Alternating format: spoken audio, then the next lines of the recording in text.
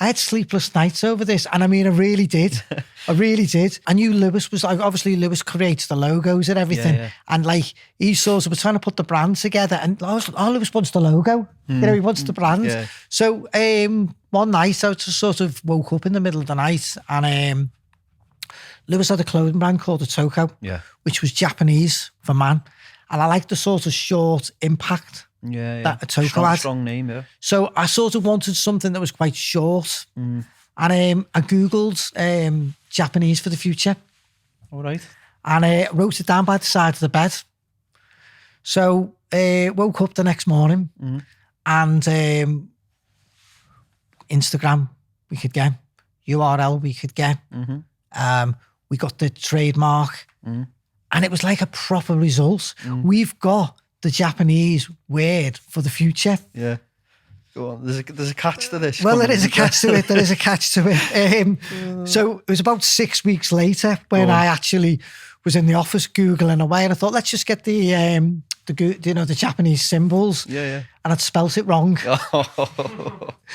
So it basically it should have been I, not M-A. Right. Doesn't sound as good anyway. Well, no, but fair. You know what I sort of say now, we've created our future. Yeah. And, by this time, Lewis was happily, he'd done all the logo into the brandings.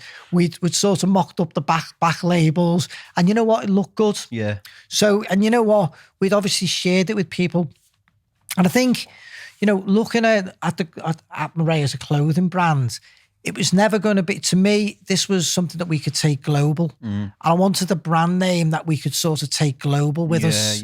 So the fact that it doesn't sort of mean anything as such, but everyone likes how it looks. It's sort of, in the end, it made sense. Yeah. So, MARAI, take 34 or 35. There we go, yeah. So hello and welcome to A Conversation 36. with... Go on. So hello, this is A Conversation with MARAI. It's our very first, not so much podcast conversation, isn't it? Yeah. I'm Elliot. I've been Martin's accountant for the last two and a bit years. Yep. Before MARAI was incorporated. I'm Martin, the director, founder of MARAI. Today we're just going to go into how MARAI was started, and I've been into Martin's past as well. Who's most nervous, me or you, Elliot? Me. Do you reckon? I don't know.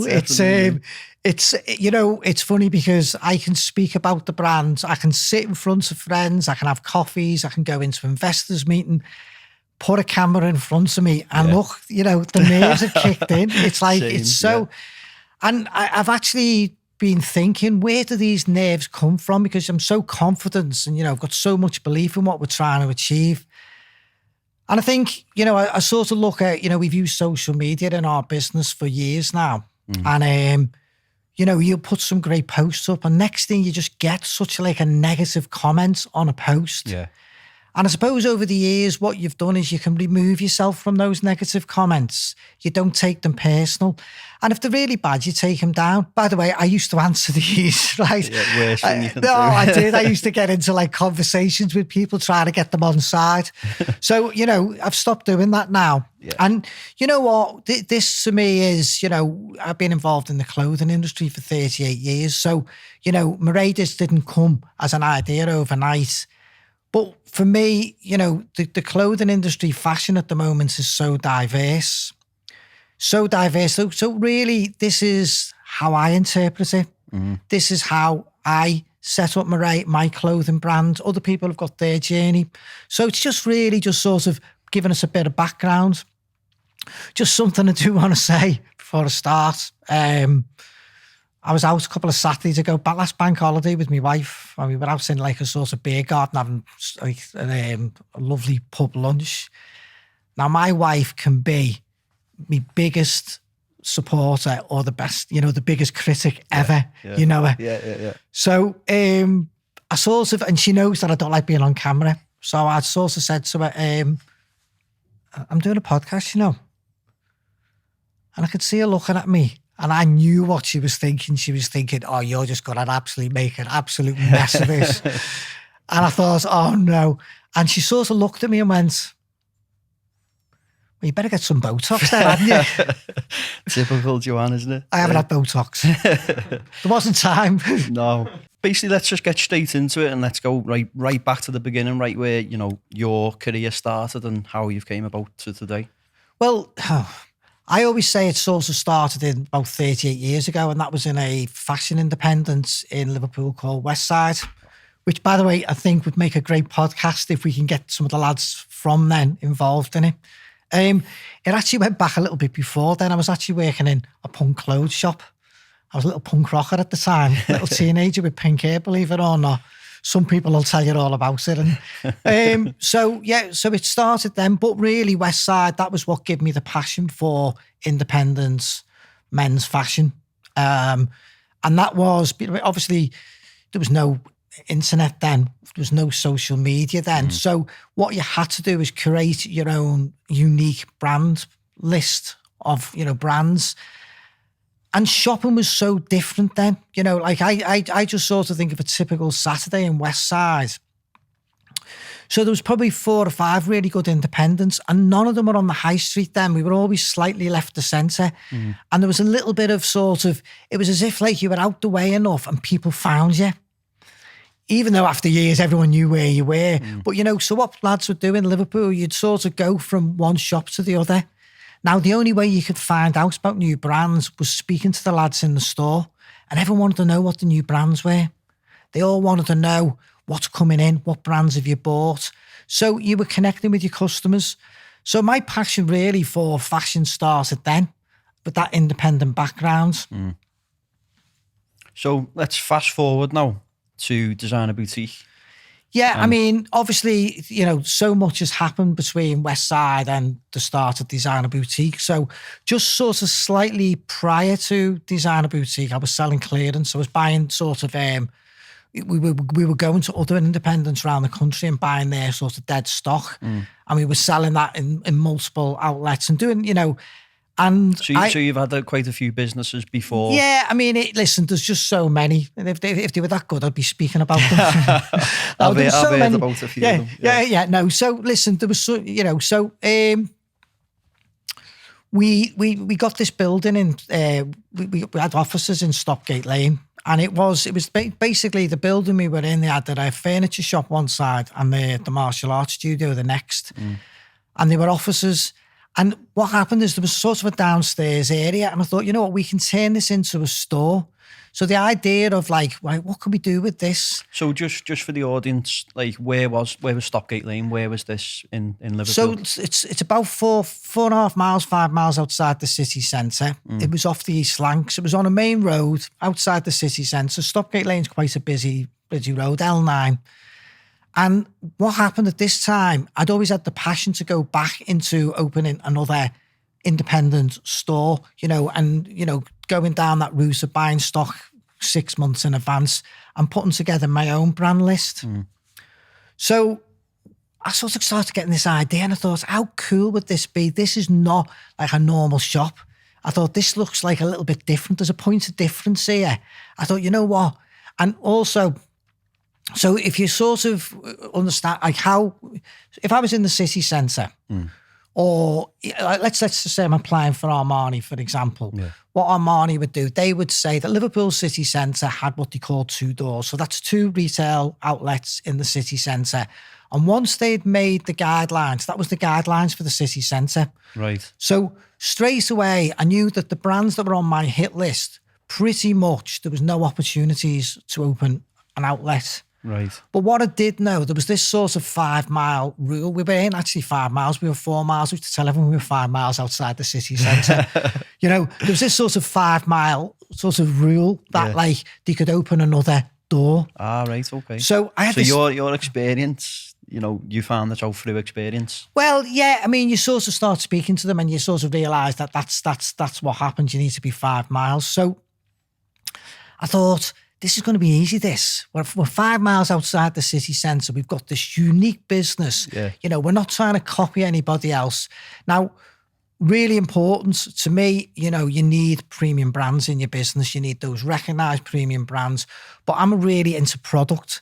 So I'd already sort of seen brands that I thought, you know what, they've got really good product. And what we'll do, we'll build up this premium lineup of brands and we'll build up some really good product brands underneath it. fantastic, brilliant. So started sending emails out, and well, we either didn't get answered or basically they just laughed at us and went, "You where? What? What's that?" And you know what? I don't even know how I can't even recall exactly what were the first brands we got in that store. I think that was about 2008, was it? Or 2008, yeah. So we somehow sort of encouraged some brands to start dealing with us. But, definitely the first 4 years, as much as we started to encourage brands, and we weren't using social media at the time either. So all we had was a sign outside the shop saying designer boutique, right? Yeah. A doorway sort of between these two stores. And somehow we did start to bring people through the door. But obviously that was a struggle. Yeah. It wasn't easy. And because you couldn't advertise, and at the time, the premium brands that everyone would go to brands would be Armani, Paul Smith, Ralph Lauren, Stone Island, and Hugo Boss. So obviously we could not get access to any of those brands. So it was more difficult than I would ever imagine. So obviously, like, paint the picture. So this store, was it literally just the front door, no windows, there's nothing there? And could people walk past this, or was it just like... No, there was no natural foot flow. Right, okay. I mean, again, I look back at it now, and if I was advising my younger self, don't do it. I don't do it. Listen, it was doomed for disaster. It was just, obviously you have a brainwave, and, probably people around me say, once I get an idea in my head, that's it, you go for it, what I mean? And, but, somewhere along the line, we did start to make a success of it, and I think what did happen with the gym next door, there was lads going in and out of the gym. There was a couple of lads that we knew. Obviously, from having shops years ago, there was some of those customers from the 80s that started to come in, liked the way I buy. So it was just word of mouth mainly back then? It was word of mouth, very much word of mouth. And I think, I've always been, customer service. Yeah. You try... I'm sure there'll be people who may listen to this and go, well, you never give me good customer service. Well, I don't like the way you dealt with that. And listen, sorry. Yeah. But, you try your best. You try your best. So did you end up getting the Armanis and the Paul Smiths, and did that come about? Or? Well, so you'd email Armani. And listen, initially, you'd send these emails out to a list. There's probably 15 brands that we were targeting at the time. Yeah. And you'd email these brands or agencies that represent 3 or 4 brands. And you know what? I'll be honest with you, you were lucky to get an answer back. Gradually, over time, you started getting answers back. And so Armani, for example, great. Okay, if you get Paul Smith or Ralph Lauren or Hugo Boss, then we'll come on board. So you'd email one of them and they'd go, if you get Armani. And you know what? It was just like a frustrating cycle of just sort of... And just a vicious circle. Well, it was, yeah. And, I think we had no choice. You had to... You were so invested in the business. You had so much belief in it. You just had to keep going. So was the business doing okay at the time? Was it struggling a little bit, or how was the business doing at this time? Ultimately, when you've got a store that's outside the city centre, right? Now, say you were in the city centre, you could have 3 really strong brands, right? What will happen when you have got it? One of the things that, and again, I look back now and I realise, we had to have such a variety of stock in there as a multi-brand store. So we were probably always slightly overstocked in there for the turnover. But if we never had the variety, and when I say variety, we had to have some smart shirts, we had to have a few trousers in there, you had to have denim. Plus we were trying to get the premium brands in. There was quite a mix. Now, if from the offset, if I could complete my wish list, you would curated that brand list in a perfect way that blends it and obviously makes sense to the consumer. And you know how your store wants to look. And this is the thing, sometimes you can look at businesses and, we probably all do it and go, oh, I don't like the way that looks. But sometimes it's not through choice. I never, at this stage, designer boutique was not how I was happy with some of it. But there was certainly stuff in there that I was just filling space with as well. So the answer is, was it successful? No, it was hard work. You know, we definitely weren't hitting break-even point at this stage. So is this when the panic set in a little bit, or? I think it's a constant sort of, you know, it's a constant. I don't know what feeds you. You've either got that ability to listen. You get hit down, you know, and you have to get back up. You keep going. You send an email to someone and you just hope. You're sitting there actually by your laptop going, please email me back. You're waiting for that reply. You know, and a day goes by, you don't get it. And like, you know, next thing you turn your laptop on again and you think, is it going to be there? And it's not. So, you know, you're dealing with constant disappointments. You have to sort of, and I mean, again, the older self telling my younger self, be patient. So obviously being around you for the last couple of years, I've heard about the true religion moment. I've heard about this a fair few times in the office. Is this when it changed for you, or? Well, is this the later true on? religion moments. So this is like something Lewis has dubbed a moment. Lewis is my son who works with me. He trademarked it. Yeah, he did. He sort of trademarked it. Okay, so we applied for True Religion. And True Religion, massive denim brand. Yeah. It was quite a high price point. And it was sort of, you know, so many of our customers were wearing this brand. And that would have been really an important one for us to get to the store. So we got a buying appointment. So off we trot to London.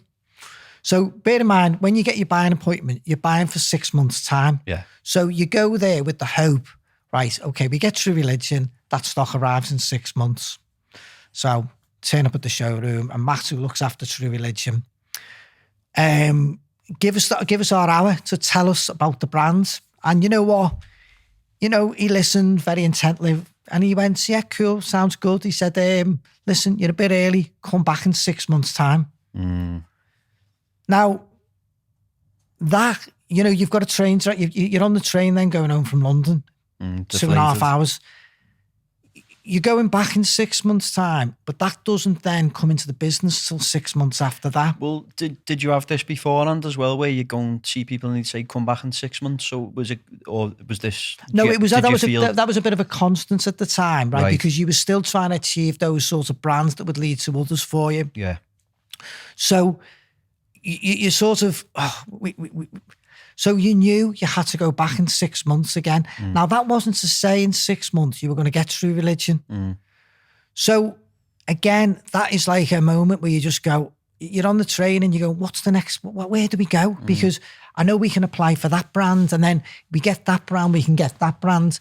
So anyway, 6 months later, we went back and we got True Religion. Getting that brand in the business, that was a pivotal moment. Yeah. You know, it was something that we can relate our timeline back to getting True Religion in and then other brands following.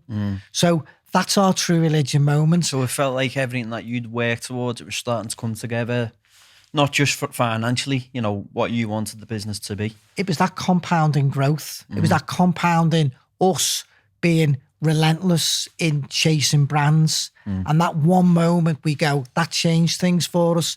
And I suppose I can relate that to what we're doing with MARAI at the moment. I feel like, you know, we're relentless in everything we're pursuing. We're relentless in always trying to do better. We're relentless in taking the brand to wholesale. We're relentless in building our online business, our retail stores, finding the right investments. You just got to keep moments and keep going. And I feel like we haven't quite reached that True Religion moment with MARAI. But what we are feeling is we're on the verge of that. And I think what happens, listen to how other people, I mean, reading a lot of books about other businesses, they all refer to one moment, that one thing happened, and next thing the growth was sort of steady, and next thing the growth goes like that. So yeah, I suppose with us, with MARAI, we're chasing that True Religion moment at the moment. Who was you've mentioned the fellow, was it Matt who you dealt with? Matt, yeah. Yeah. So did you get a genuine feel from him the first time you met him that he was going to help you out? Because But do you know what? Do you know what? We don't deal with. Well, we hadn't even with Designer Boutique. We didn't. They were one of the. They were that was one buying appointment that I used to really like going into. It was him and then the guy Mikey there. I mean, Lewis used to love. We'd go and have our dinner with them, you know, because Matt's from Essex. I think he sort of related to us and our enthusiasm, and he'd come from a retail background as well. So.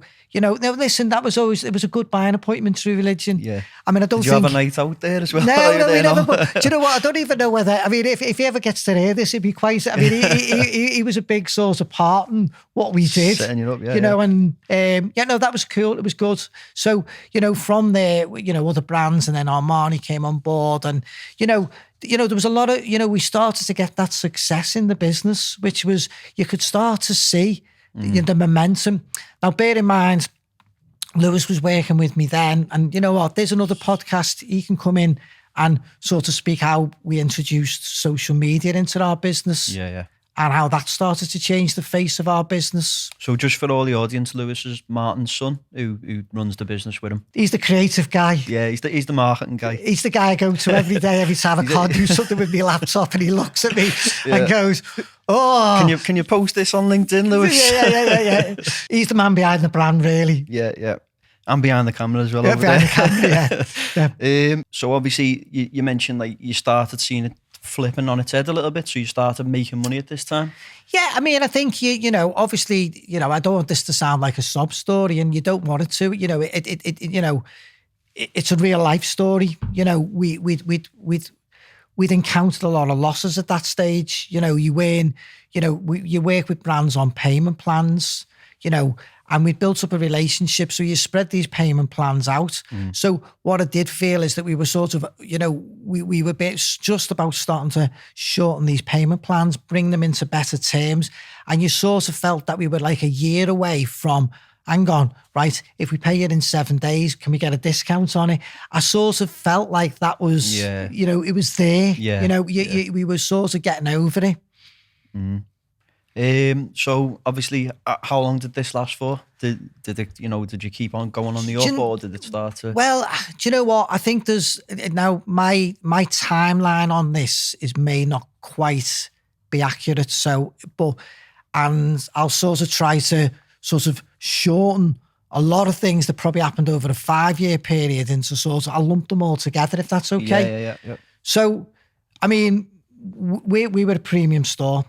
So if you look at likes of cricket in Liverpool, that's a luxury store. They don't enter into the premium market at all. So the likes of flannels, you know, they have premium brands and they have luxury brands. What we did start to see as we were starting to see our progress is the influence that luxury brands were having on the market. So when we first started, the mass market was buying into premium brands. So just what year was this, just for the audience? Well, I sort of, you know, we started here in Lads about 2012, I think-ish, talking about Lanvin Capto, the Lanvin. Yeah. And what happened is they were starting to sort of look at this more luxury sneaker at a higher price point. And that didn't necessarily affect us straight away. You didn't necessarily feel the impact of that. But I think over the next sort of 3-4 years, you felt other luxury brands, so price points. So, for example, if we were selling like an Android Home sneaker or something like that, there was a sort of 175 was like the sort of sweet spot for it. Yeah. If we were buying into like Armani t-shirts, £90 would be the sweet spot, and you really couldn't go above that. But that's where, if it was really good t-shirt, you could, you know, £90 was comfortable. And then next thing we started wearing, the lads that wouldn't go above those price points, speaking about paying £200 for a t-shirt, 250, 295 for a sneaker. And this was sort of, hang on, we couldn't get 90 quid out of it. Now you're paying £200. Yeah. So what had happened is the impact of the luxury market had impacted the premium market, and very much so started to dilute our customer base down. Now, there's no entry for us into that luxury market. We couldn't get in there. Yeah. So we couldn't do anything about that.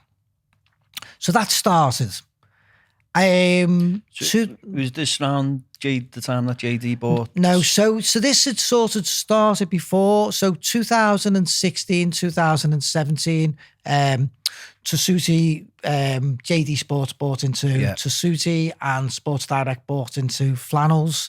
So if you look, Liverpool is a very influential city in fashion, very influential.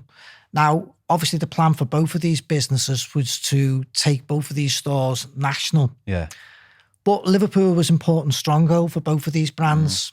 So we already had Flannels in Liverpool, but then we had a Tessuti in Liverpool city centre, and then Tessuti followed in Speak. So if you look at brands like, say, Android, for example, which was, for us, there might have only been 2 doors in the city centre. Next thing, there was 2 more doors added to that. Yeah. But more importantly, they had a stronger brand portfolio than us. We couldn't compete with that brand portfolio. So not only were they taking a lot of your business, they were actually taking a lot of the brands as well. Is that what we're? Well, no, I or think made it more difficult if you looked at at that point, for us to apply for new brands sort of started to get impossible. Yeah, because we were the last sort of option on the on the list. So what you were saying earlier about like capping, obviously Armani capping stores, they kind of just took that up, basically they allowed more doors to open. Right. And listen, you know what? That's business. Yeah. Do you know what I mean? Yeah. Listen, we probably spent 6 months going into showrooms moaning that there was another door opened. And you know what? The truth be known, they done what was right for their business.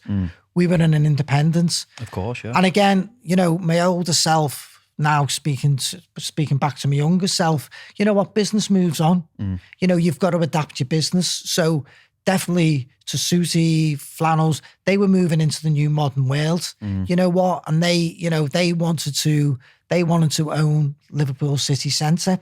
And if you look both of them have got fantastic flagship stores in Liverpool. Oh yeah.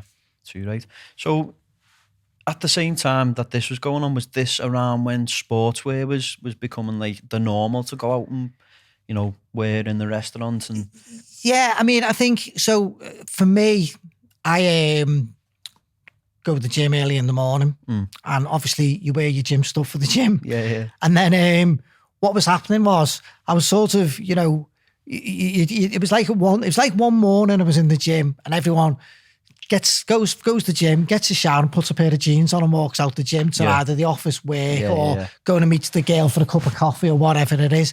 And it's as if one morning it went like that. Yeah. Next thing, everyone went from gym wear into gym wear to walk out the door. Yeah, I feel like obviously being from Liverpool, I feel like I remember that. It was just like overnight, everyone would just be everywhere in gym gear. It wasn't just, going to the gym, it was everywhere.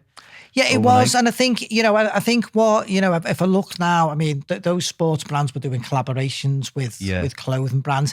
And I really think they upped the game as well. I think a big part of it was, girls were wearing it for like yoga and, those brands made it fashionable for the girls. So if your girl had been in the gym and had this absolutely fantastic gym wear on, you know what, you were comfortable going to meet her in gym wear. Yeah. But, the knock-on effect of that, we started to see it on I'd look at a typical Saturday in designer boutique. Football's on at 3:00. Yeah. Lads would pull up before the game, and they'd be going out for a pint afterwards. At one stage, they'd be coming in with a pair of jeans on and they'd be going the match and then going straight into town afterwards. Yeah. And they'd go out in the jeans. And now what we were seeing is lads pulling up with the sportswear on and going the match and then going into town. So there was definitely a big change, that onus, yet they were still wearing, obviously luxury, they were wearing luxury for the proper nights out. But then sportswear became the acceptable daytime attire. Yeah. So how that really affected, if you look at, a good fashion business, denim sales are a big part of a good fashion business. And what we've seen is over probably a 2-year period, about a 70% decrease in our denim sales. But if you sort of think about that, we obviously couldn't sell sportswear and we had nothing to replace that with. Yeah. But if you sort of think, if they're not coming in buying a pair of denim, then they're not buying that smart polo or that little bomber jacket to go with it. So we started to sort of see, not were we just losing the denim, we were losing the whole outfit. Yeah. And again, we were sort of scratching our heads. How do we replace this? There was nothing to replace it with. You know, we can't invent something that we just couldn't do it. We couldn't get it from any of the brands we were dealing with. No. It wasn't your game, was it? You know, your premium menswear. But so was this around the time when you went to Paris and Florence? Yeah. So basically, obviously as buyers, you know, there was a couple of things that we still had a good portfolio of brands in the business. So if you sort of think of fashion as well, was sort of moving. Streetwear was a big influence across the whole fashion industry, luxury brands, and that watered down. Now, what was sort of becoming obvious for us, we were seeing like the lads, they were happy to wear certain luxury brands on the front of a t-shirt, but what they weren't willing to do, or our customer anyway, is to wear a watered down version of that. So if you think sort of streetwear was at the luxury, it went down to premium, it went down to the high street, and a lot of people, and that was the way fashion was going at the time, and it did. I'm sure it was on a luxury level. It definitely it was working in Liverpool, but on a sort of premium level, our customer was not relating to that as such. So we were then coming against, even when we were walking into showrooms, we were offered brands with this sort of streetwear feel to it. And I mean, I said this loads of times, you know, our customer, if they're going to wear a logo on the arm, they will wear a logo on the arm, but it's got to be the right logo on their arm. And there's another thing that we noticed at the time, and this is where I started to make notes for what would be MARAI. When we did buy whatever brand it was, even though luxury was so influencing the market, or sportswear was, when we did buy that really clean tailored piece from whatever brand it was, with no logo on it, we had no barrier to selling that. That was selling really well. And I did notice these lads coming in the shop when we had that really nice clean bomber jacket with a technical feel to it. They were happy to buy it. It was only when it had this logo on that they didn't want. Yeah, does that make sense? Yeah, of course, yeah. So is that kind of where the unbranded approach of MARAI came from? Is that what? Well, yeah, no, it's a series of, you know, I've always had this thing where I sort of focus on product. But you've asked me about, sorry, I've sort of diversed. You've asked me about Pitti. Florence. So Florence, yeah, it's so obviously me and Lewis were doing the buying and we travel quite a bit, and we still had the brands that we were dealing with. And I said to Lewis, look, you know, listen, we got a business. By the way, MARAI hadn't formed then. We were literally going, what are we going to do here? Yeah. So it was sort of, right, okay. There was trade shows in Paris, and there's a big trade show in Florence called Pitti. And again, I'm not too sure what summer it was, but I know it was the summer. I remember, you know, we walked around Paris for a couple of days, and we'd done 3 days in Pitti, and we must have walked past the same stand 4 times, again and again, or the same stands. We literally combed it, just looking for a snippet of something that we could bring to our business. Yeah. And, you know, it was either not suitable or it was already taken, the brand. So we, again, you know, there's an expense to go in here. And when you're sort of on your back foot, that hurts. You know, again, you sort of, there's that deflation when and I remember being in the train station, it was a lovely day, and I was thinking to myself, what are we going to do? And it was just a thought, we need to do this ourselves. So was that moment like a mini epiphany for yourself?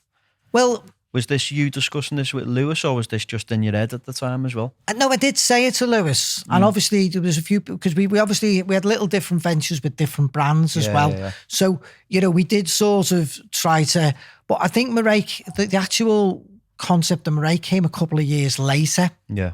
I think what had happened, I'd sort of looked at all the things that we're in the fashion industry's in a cycle. 30 odd years, I've seen it. It goes round in a cycle. So I've seen how premium brands have changed, and I've seen this move into luxury. Now, don't get me wrong. I'm never saying that luxury is ever going to go away. Luxury is here to stay. But what I did feel at the time was the onus from luxury would move back to premium because prices were getting so expensive for luxury. For like your basic garments like T-shirts, there'll be a price point. There'll be a point where there'll be a little bit of resistance to that, and people will want an alternative. Yeah. So it sounds to me like obviously you're compiling all this together. Sportswear, the fact that people wanted to wear premium unbranded clothing. It sounds like you're bringing that together, but like with a bit of a smarter, techier look. Is that where you were going with it? Well, I sort of, you start, listen, I'm not a designer, right? I'm not a designer. I've been a buyer for years. I've been a retailer. You listen to your customers. Yeah. Ultimately, as a buyer, we were a small store, so we were dealing with the customers day to day. Ultimately, it wasn't this like, I want to be a designer. It wasn't. Was it out of necessity then, do you think? Or? Yeah, it was out of necessity. I mean, obviously, I felt like with Designer Boutique, I felt like I'd never achieved what I could achieve. I felt like there was definitely something missing there. So there's probably a little bit of, I've got more to offer here. Yeah. No one's seen it. Yeah. But I think, it was, listen, it was so many things, do you know what I mean? What sort of motivates you? There's so many things that have motivated me. And you know what? Need is one of them. Yeah, definitely we had to do something. But I think, we come back from Pity. We were working on other projects. So yeah, I started to probably compile a lot of these things in my head. So for example, I wore Nike for the gym. And that wasn't necessarily a choice. I think one day I walked into Sports Direct and there was a couple of pieces I liked. Yeah. And what happened is probably every 2 or 3 months I'd go and buy a few new pieces. And by default, I was then a Nike customer. Yeah. And so when I sort of thought about that and I seen the way lads were wearing it in the shop, you'd see, our customer would wear, the Nike trainers, they wouldn't wear Adidas trainers with Nike tracksuits, and all had to match. Yeah. And, but what I liked about it was I could go in and buy a little bit of Nike and I could then go to JD and buy a bit and it all matched with each other. Together, yeah. All the colourways mixed, the use of fabrics kept the colour. The fabric they use as well, it lasts, doesn't it? Like I've got, gym T-shirts that I bought six years ago and they still look, brand new. Well, of course. So obviously, they're a sports brand, they're a technical brand. But, I've always been fascinated by fabrics and how different fabrics go together. And, again, as a buyer, you were aware that certain fabrics lose colour and certain fabrics don't. And so I wanted to I started thinking about how different fabrics work with each other. Yeah. And I started thinking more sustainable as well, isn't it? For the environment. If you've got your clothes a lot longer. Well, of course it is. You're absolutely right. Sustainable is a big thing. But, what we, again, from the design, from the beginning, it was, I know that most good product for men, good style doesn't date. Yeah. We find a style that we like and we sort of stick with that. The bomber jacket yeah, you've got yeah. on there, yeah. Yeah, listen, it's how long's that been around for? Well, yeah, exactly. Even just like a printed T-shirt, listen, Yeah. But, so you start putting together this sort of little tick list of things in your head. So MARAI sort of started off as more like, I thought this is more of a concept, this is sort of and never out of stock. It never goes into sale. And everything we've got goes from season to season. And I started to sort of formulate it in me head. So I started off with like tailored sportswear. So that was the sort of start of my mood board.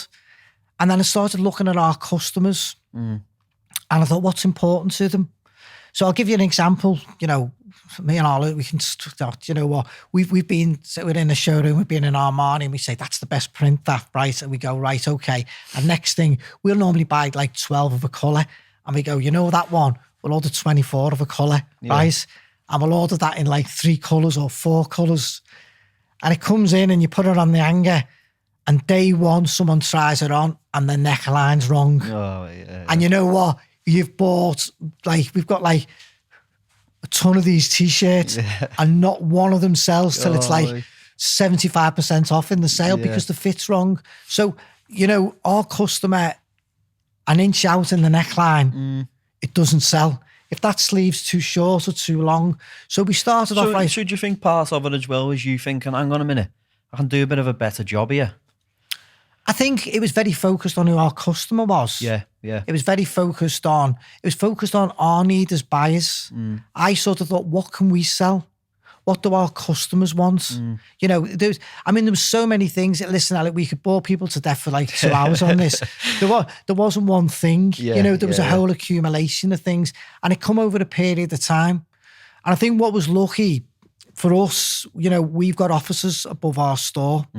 You were working there. We've got Chris, who manages the stores, Lewis, my son, you know, Davey's there. And we were also able to have conversations with customers as well.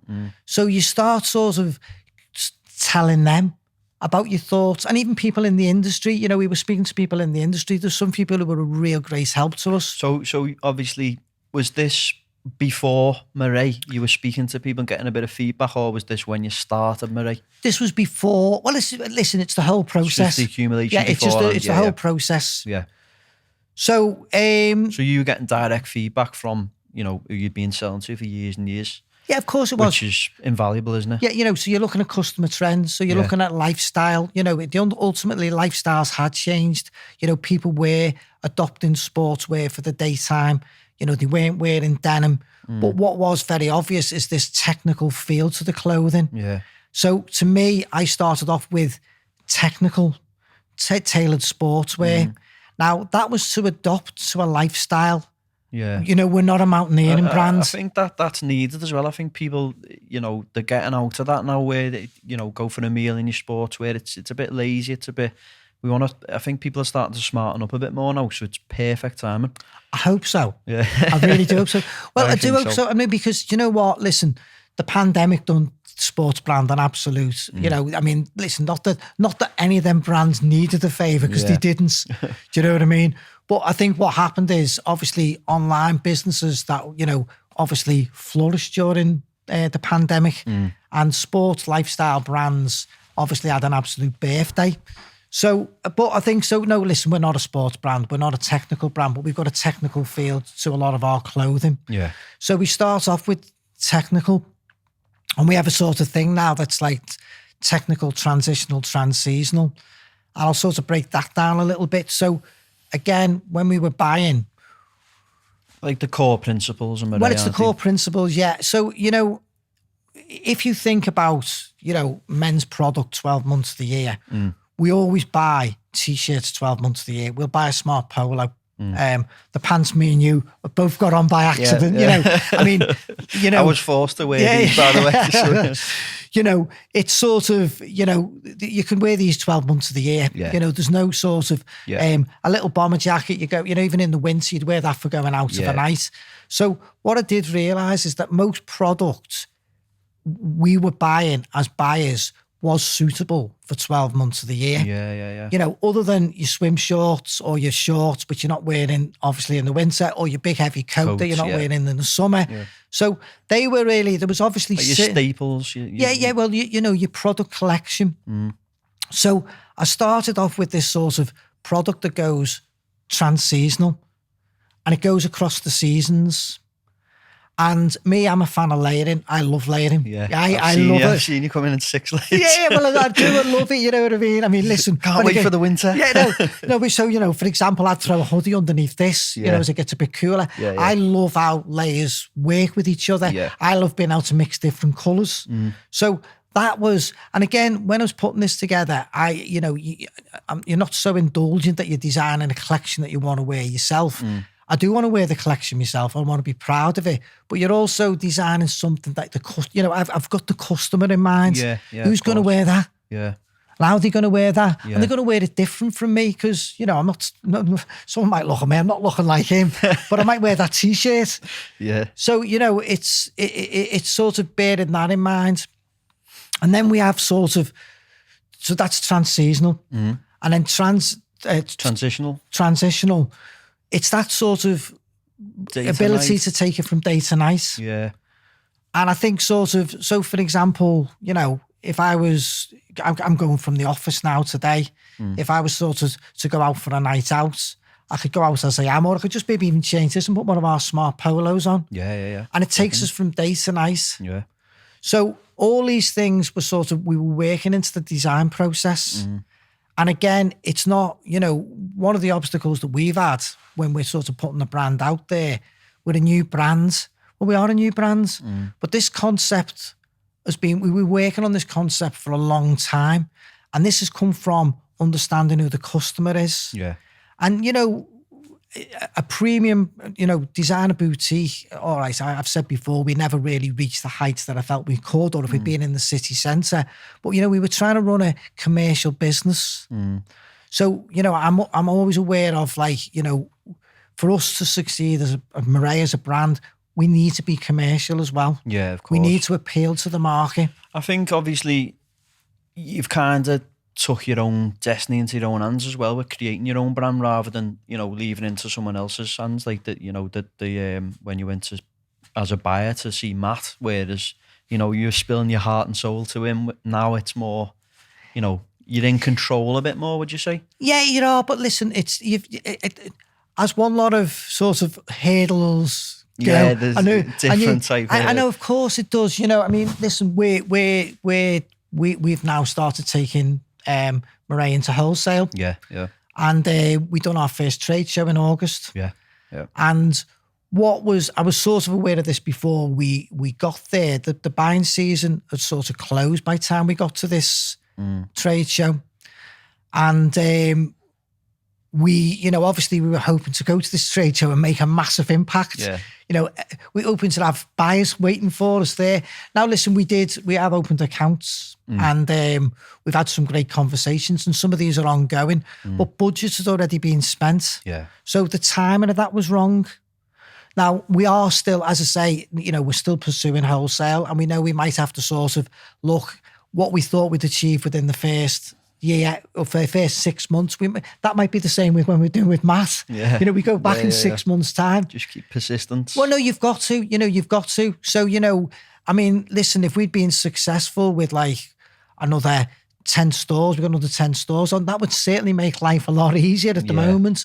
But you know what? That's the way it is. So, obviously, it's a big change for you going from, buying product to creating product. What was that like for yourself?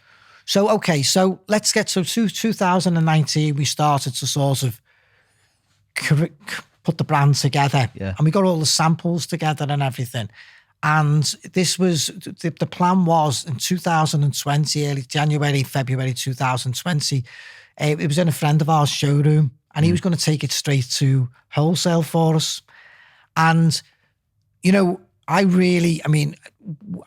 I believed in the brands. And do you know what? There was no business plan. There was absolutely no business plan. We'd already... That doesn't surprise me. No, there wasn't.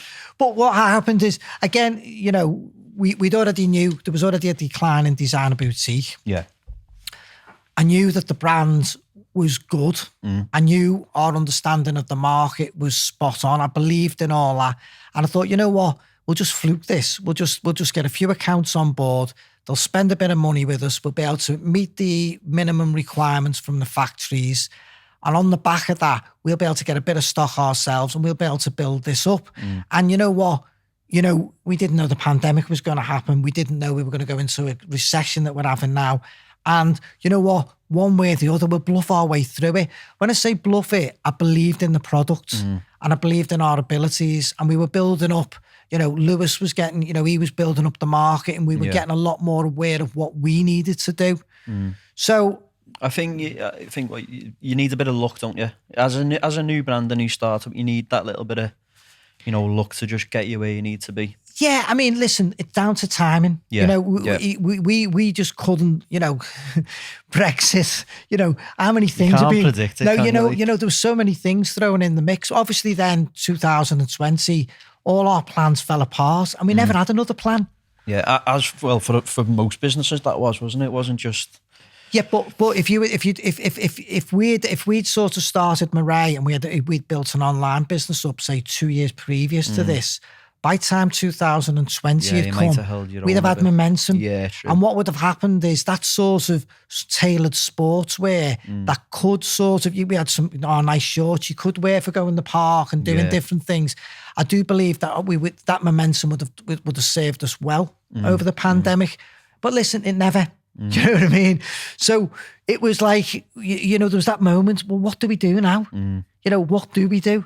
We'd sort of really sort of narrowed the brands down in Designer Boutique, which we actually rebranded Concrete Studio during the pandemic. But we were speaking about this earlier, and we were saying, obviously, I think we made the most of the time, didn't we? Where we might not have had that time. And we did kind of push the brand and do different things that we might not have done. Yeah, 100%. I think, we have got a business model now. We've got a very strong business model. Yeah. We've got a good financial business model as well. Yeah. We know where the opportunities are. We know what and I'm going to say the next 5 years look like. I think, we've got a model that takes us for the next 5 years. I think you have to relook at this every 6 months. Oh, yeah. And that's, outside forces at the moment are, obviously affecting us. We don't know how much they're affecting us. We won't know till after Christmas how much the energy crisis has hit us and stuff like this. Hopefully not too much. Yeah. And that's not just from our point, that's from every business's point of view. Oh, yeah, of course. Yeah. So no, we don't know. So, but we have got a structure. We're a lot more organised. We know what the buying looks like. We're working now on spring summer 24. I know when the next trade shows are. We know if we're going to show, we show early in January. We find an agent to work with who's got it in his showroom early in January. There's things that we need to do now, things that we need to put in place. One of the issues that we've constantly been dogged with is underinvestment. We were very, very naive when we went into this project, and I pushed the button on this big collection, and how are you going to fund it? We will. Yeah. We'll find a way. As you've always done. As I've always done. But, what happened now is, I look at the market and, Lewis, I look what Lewis has got. The budget we give him at the moment is not the budget he needs to turn this brand into what it needs to be. Even a look at your role now from an accountant point of view, the days you work there, you're swamped. You're never getting ahead of your game. And that's across the board in everything we do, from production. We're always chasing ourselves. Yeah. So it'd be really nice for us. And we have spoke to people about investments, and these are ongoing conversations. And I think to get investments, and do you know what investments I think would do for us now? Actually, what's the best plan for us? Is the best plan wholesale? Or should we be looking at prime sites in 2 or 3 locations? It just opens up the options. You were speaking about it. The 1% gain that we're making each day is great, and it is going to get us somewhere. But if we can get that investment, it will, push that growth a lot faster, which we've got forecasts for. We've got them either way, haven't we? Listen, I believe in that one. I have this thing where, in life, we all, I think to myself, I try to push myself personally 1%. Yeah. Push myself. When I come into the office, I say to everyone, look, you know what, we've created some great stuff today. We can do better tomorrow. Yeah. And I want everyone to sort of sit there, challenge themselves on a daily basis. And that's not being hard on people. That's to get the best out of people. I have to do it to myself. I have to sort of challenge myself, I think that's probably one of the good things about the environment. Everyone does push each other in a good way, and we criticise as well, which I think's great. It's constructive criticism, isn't it? Where we're all improving each day and we're making each other better. And it's a good environment to be around. It really is. No, 100%. Listen, listen, as challenging as it is, it's a pleasure going into work. Yeah. I am absolutely blessed with what I do for a living. I really am. I'm grateful for the people around you, and I'm grateful for how people are part of the brand, and building that up and building that culture. Success to me taking that business forward and making it successful, you want everyone who's part of this journey to, benefit from that. And that is really important. So, we've got a lot to do, but I think that the 2 years during the pandemic is definitely sort of strengthened our beliefs. It's give us time to sort of really think, actually look at our core principles. What are we about? I don't think that's something we should delve into today, but that's definitely another. If we come back and if this isn't just the pilot and there's episode 2, maybe we sort of talk about stuff like this. But I think, for us, carry on that momentum, carry on that 1%, carry on brand building. The Met Quarter store's having a bit of a revamp at the moment.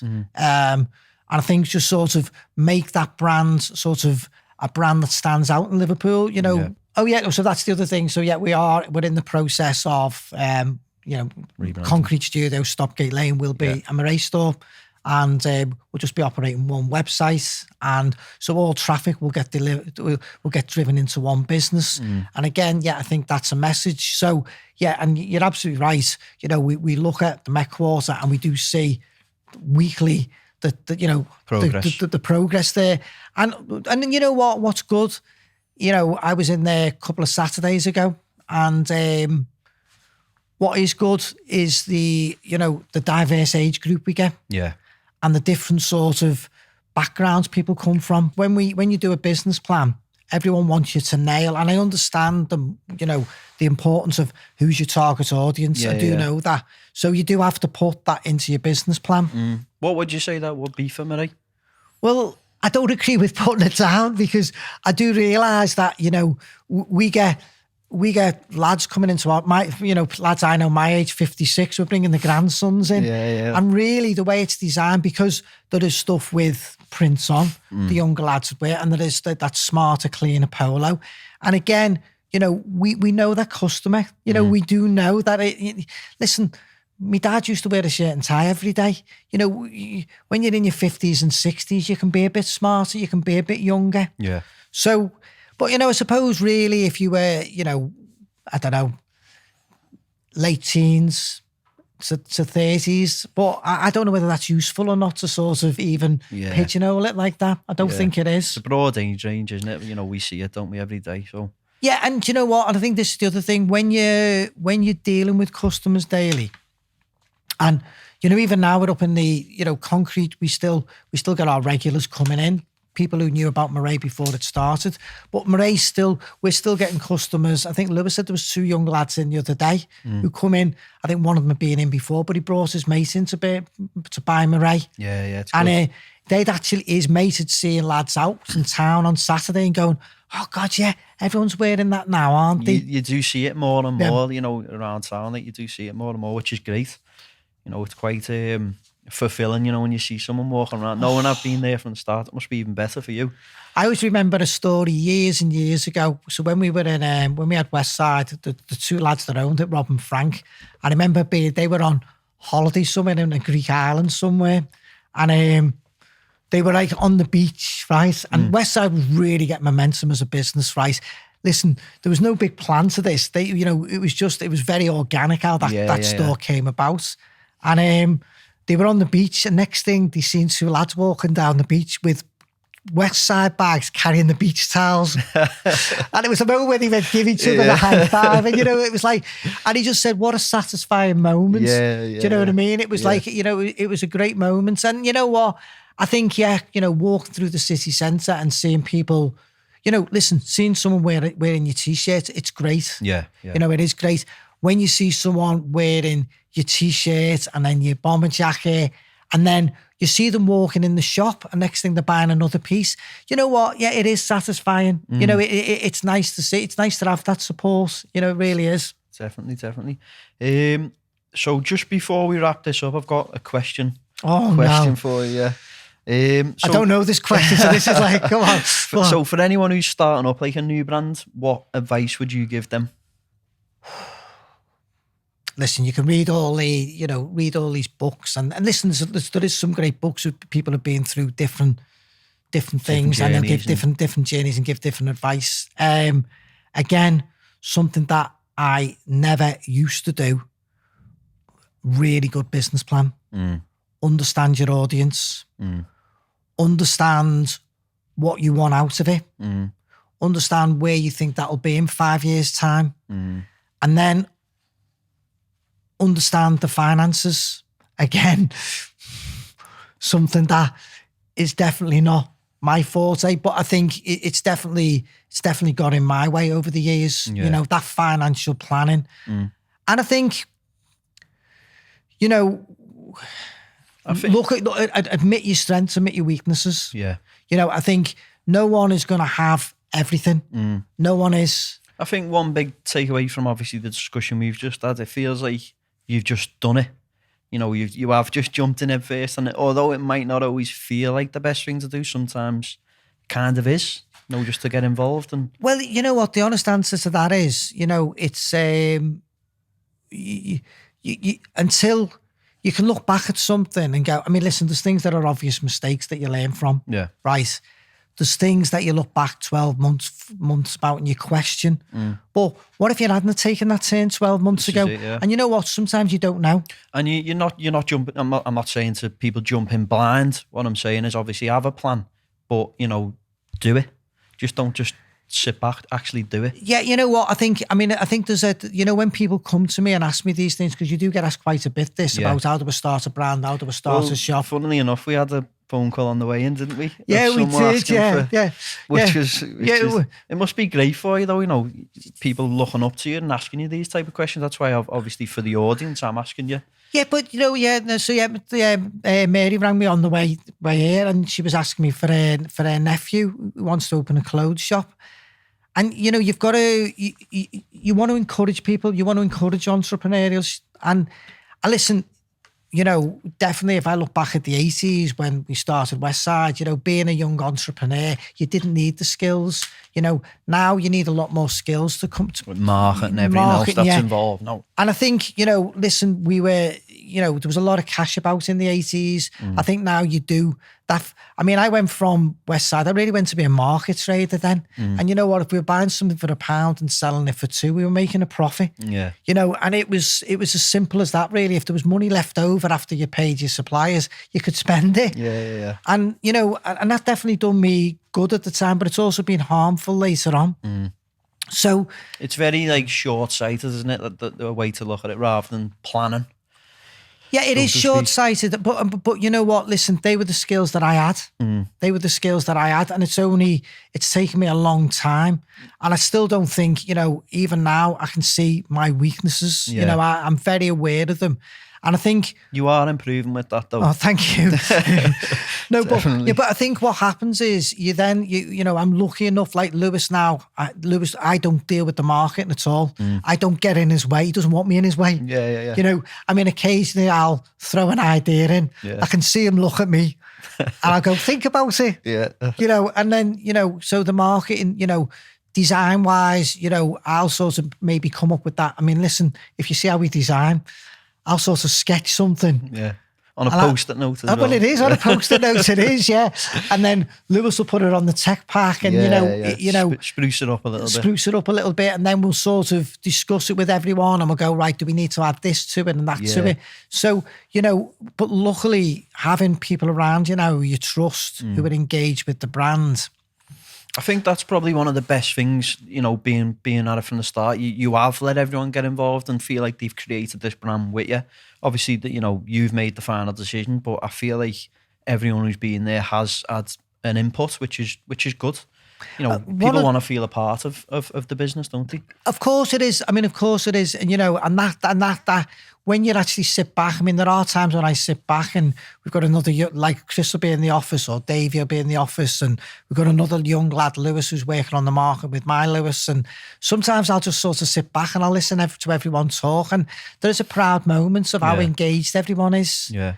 And how much belief everyone has. And that's, you know, and that's sort of, you know, if you're having a bad day, sometimes that's just like, oh, it's fantastic that. Yeah. You know, and it does. And so, you know, that's to be involved in a business where people are passionate about, listen, we're selling clothes.